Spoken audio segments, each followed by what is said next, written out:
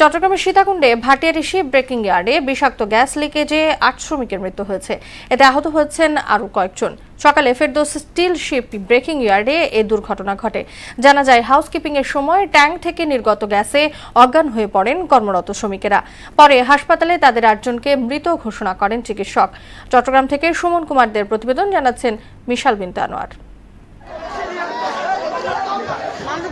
চট্টগ্রামের সীতাকুণ্ডে Ferdous still ship breaking ইয়ার্ডে একটি ট্যাঙ্ক থেকে বিষাক্ত গ্যাস ছড়িয়ে ৮ জন নিহত হয়েছেন। এই ঘটনায় আহত হয়েছেন আরও বেশ কয়েকজন।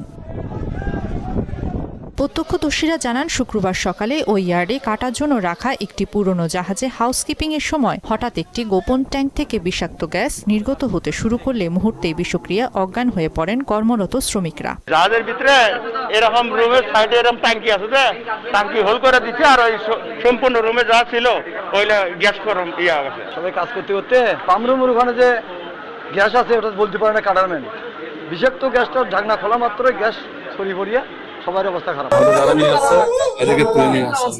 সহকর্মীরা তাৎক্ষণিকভাবে তাদের উদ্ধার করে চট্টগ্রাম মেডিকেল কলেজ হাসপাতালে নিলে কর্তব্যরত চিকিৎসক ৮ জনকে মৃত ঘোষণা করেন। সীতাকুণ্ডে ওনারা যে শিপইয়ার্ডে কাজ করে, ওখানে হচ্ছে গ্যাস বিস্ফোরণ হয়ে ওনাদের ইনজুরিও ছিল আর হচ্ছে গ্যাস ইনহেলেশনও ছিল। হ্যাঁ, দুটা ইয়াতে এই দুই অবস্থায় আসলে আমরা পাইছি। ইনিশিয়াল ম্যানেজমেন্টটা শুরু হয়েছে, আমরা হয়তো আর কিছুক্ষণ পরে বলতে পারবো।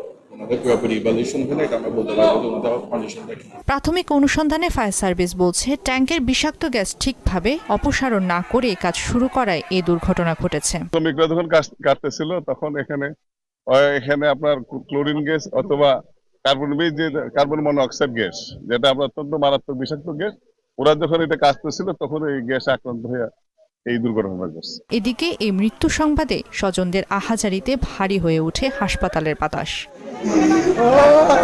মিশাল বিনতে আনোয়ার, মোহনা সংবাদ।